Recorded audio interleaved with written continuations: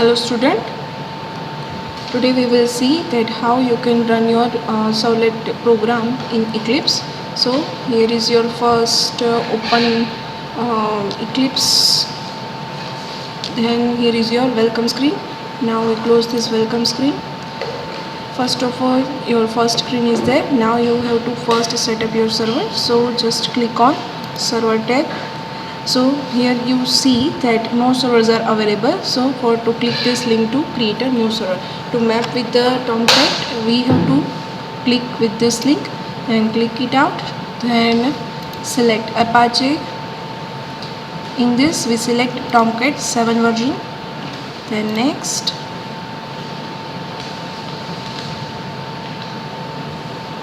Then here just select JRE.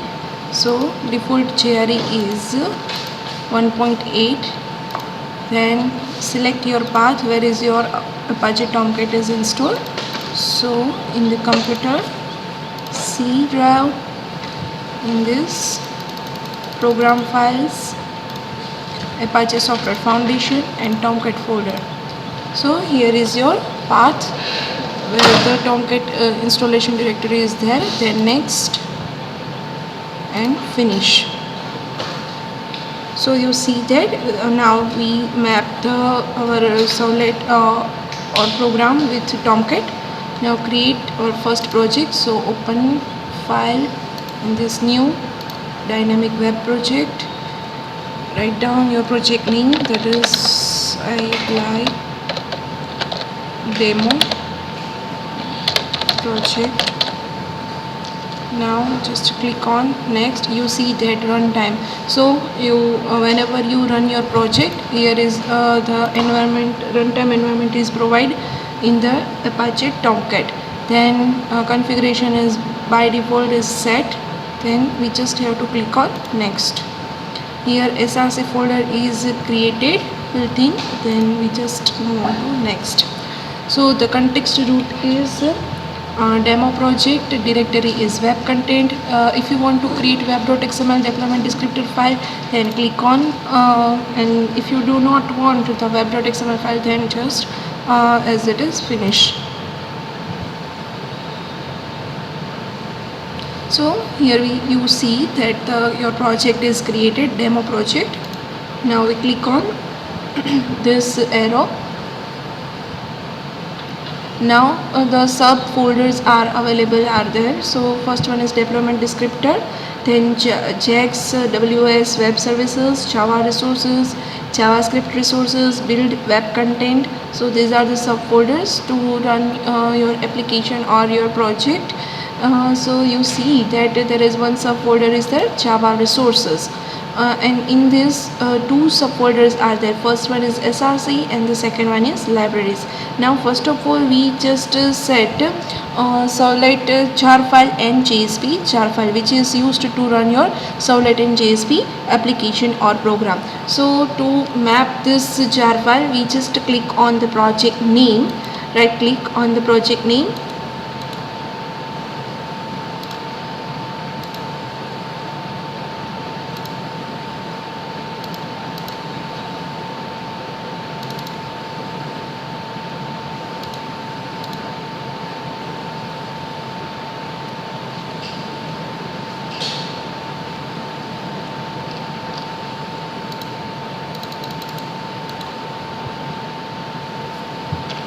Just refreshes.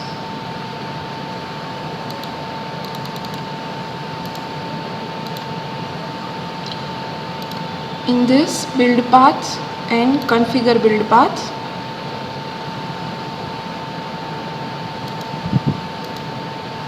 So you see that there are the sub tabs are available: source, projects, libraries, order and export. Currently you are in order and export. Then you have to move on the libraries subtab. So in the libraries subtab you see that some jars and class folder are available. So Apache Tomcat is we already mapped. So Apache Tomcat is there, ER libraries are there, JRE system libraries are there, web app libraries are there. We just have to add external jar. Servlet and JSP. So just click on add external jars. So the sub pop-up menu is created, that is the Tomcat Leap folder are there. So you just have to select servlet-api.jar in JSP-api.jar. If you want to work with only just a servlet application, then you can use only servlet-api.jar.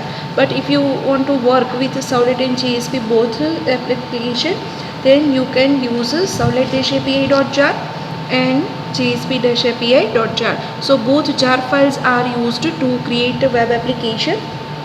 So we just previously select this both jar files, so and open.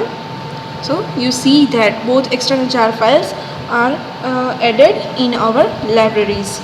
We just click on OK. So you see that now your project is ready to create any web application. So first of all, we just create one servlet file, normal servlet file. So we click on Java resources. Then in the Java resources, you see that two folders are there, SRC and libraries. We just click on SRC folder, right click on SRC folder. So you see that the menu is created, that is the new going to open, and there are lots of are there. You just have to click on new. So there are different options are available, that which what you want to create.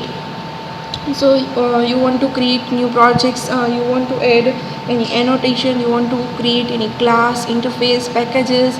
So first we create one package. So click on package.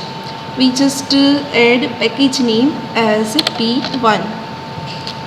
Then if you want to create package info.java class file, then you can click on this, and if you do not want, then just finish it. So you see that one package is created. We named this package as P1. So just refresh it.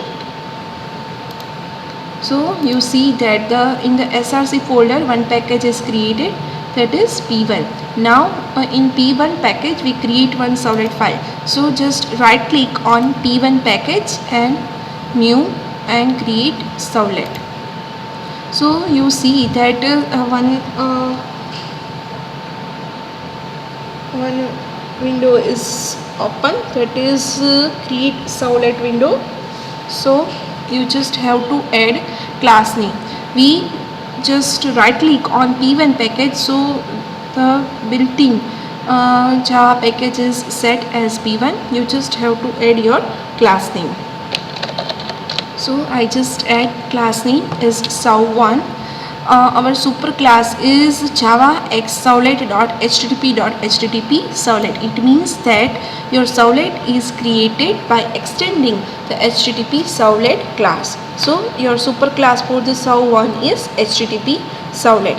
Then you just have to click on next.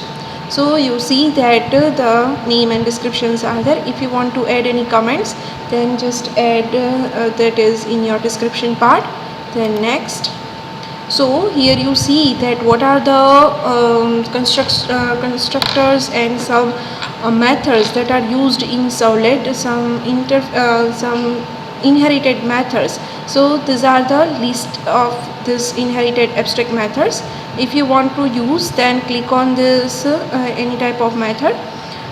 Then if you want to inherit the constructors from the superclass, then you can check. If you do not want, then uncheck it.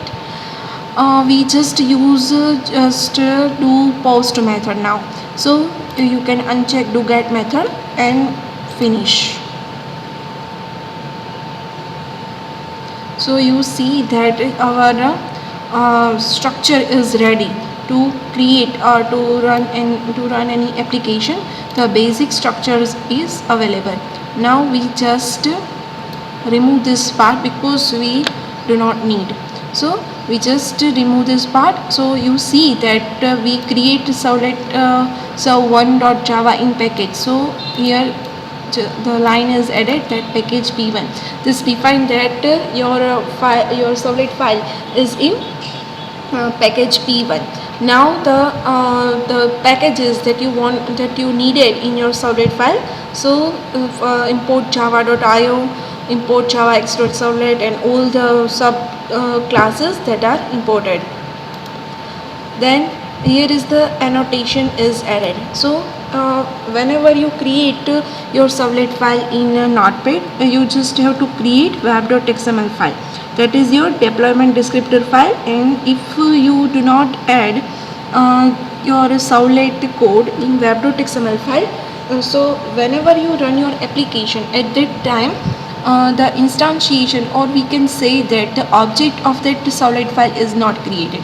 So without the object of that Servlet file, you cannot run your application. So to run your application, you have to instantiate your Servlet. So using web.xml file, you can instantiate your Servlet file.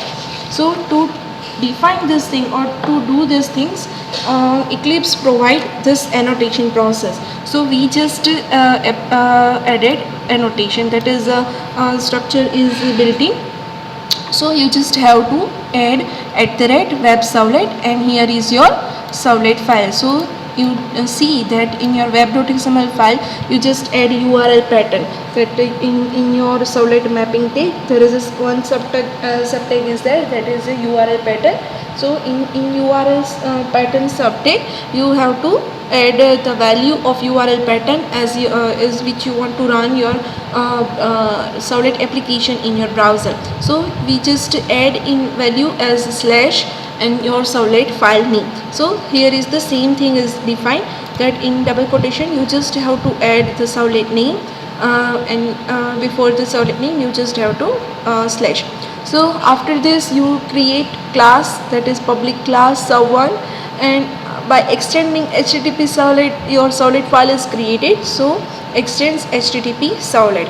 Now all the tasks that is to be done in your service method. So the service method is is defined that you want to do any actual task by Servlet. So to do these things, the client send different types of requests.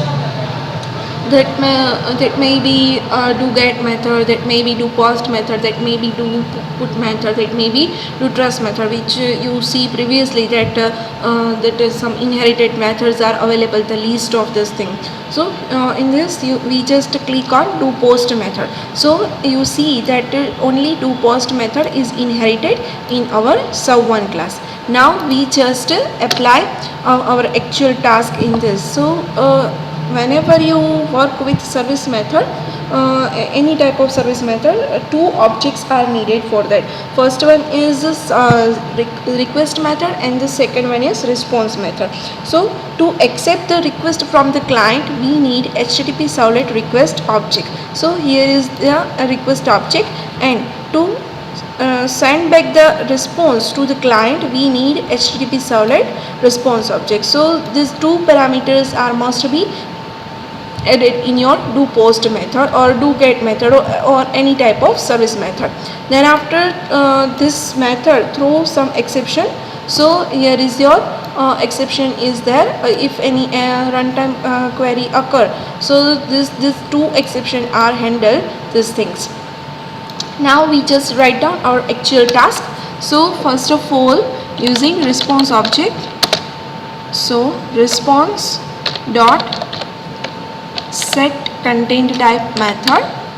So in this set content type method, you define that which type of response is generated, or it is supported by the client or not. So these things define that which type of response is server created or Servlet created. In normal term, we just create normal text formatted data. So the text and HTML supported data is created.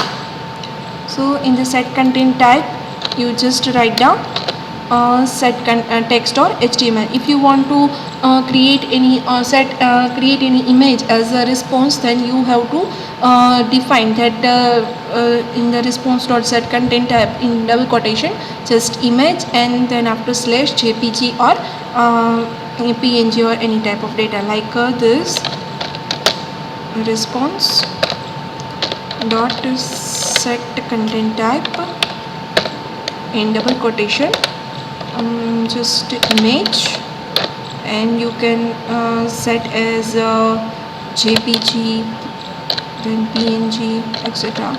Any type of thing you can set as your response.set content type. Now we just create one object of print writer. You can create any type of object, but here generally in Java we use system.out.println, that is the built-in object for the input output operation. So here we create out object response dot get writer method.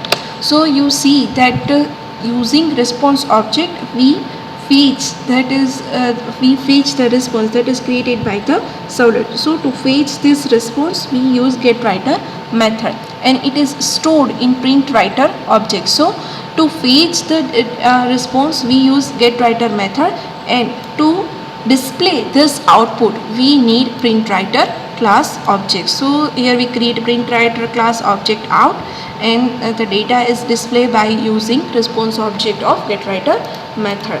We just have to import this thing. So just a simple you have to just put your cursor in print writer and import this thing. So you see that there is the print writer classes imported in your servlet file. Now just write down out.println. To display any type of data you just have to use println method. Welcome your first servlet program.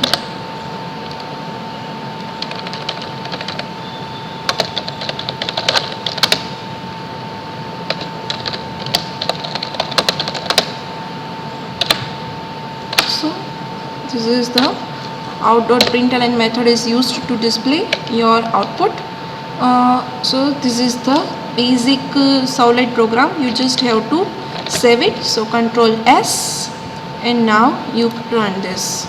So right click on your screen. So you see that there is the pop-up menu is created, and in this click on run as and run on server.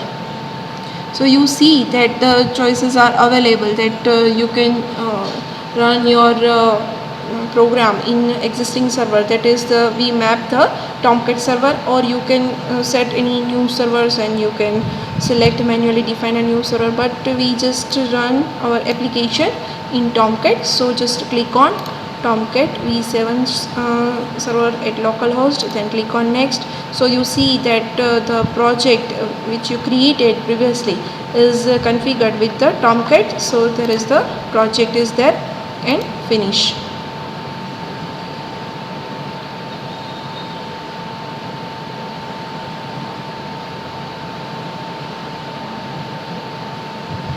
Okay, the get method and post method, some problem is there, so you just have to click on do post method is maybe not supported in Eclipse directly. So just click on this, we copy this thing,